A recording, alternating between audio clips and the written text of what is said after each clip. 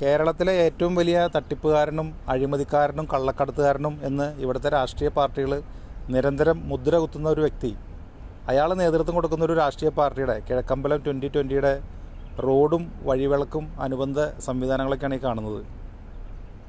ഇത്രയും തട്ടിപ്പും കള്ളത്തരമൊക്കെ നടത്തിയിട്ടും അവർക്ക് എങ്ങനെ ആ പഞ്ചായത്തിലെ സംവിധാനങ്ങൾ ഇങ്ങനെ മികച്ചതാക്കി കൊണ്ടു നടക്കാൻ സാധിക്കുന്നു എന്നുള്ളത് നമ്മളെ വളരെയധികം ആശ്ചര്യപ്പെടുന്നൊരു കാര്യമാണ്.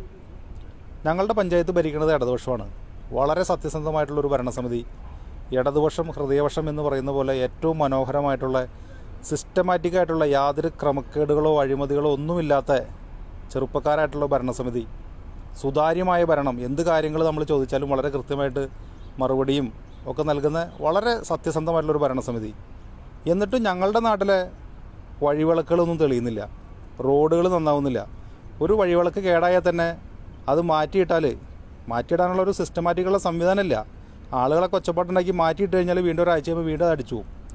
അപ്പോൾ എന്തുകൊണ്ടായിരിക്കാം ഇത്രയും സത്യസന്ധമായ ഭരണം നടത്തുന്ന ഒരു സംവിധാനത്തിൽ നമ്മളുടെ സൗകര്യങ്ങൾ മെച്ചപ്പെടുത്താൻ സാധിക്കാത്തത്? ഒരുപക്ഷെ കള്ളന്മാർ ഭരിക്കുന്ന സ്ഥലത്താണോ ഇനി കാര്യങ്ങൾ നന്നായിട്ട് നടക്കുക? അങ്ങനെയാണെങ്കിൽ നമ്മുടെ നാടും 2020 പോലുള്ള കള്ളന്മാർ ഭരിച്ചിരുന്നെങ്കിൽ എത്ര നന്നായിന് നമ്മൾ ആലോചിച്ച് പോകുന്നത് സ്വാഭാവികമല്ലേ?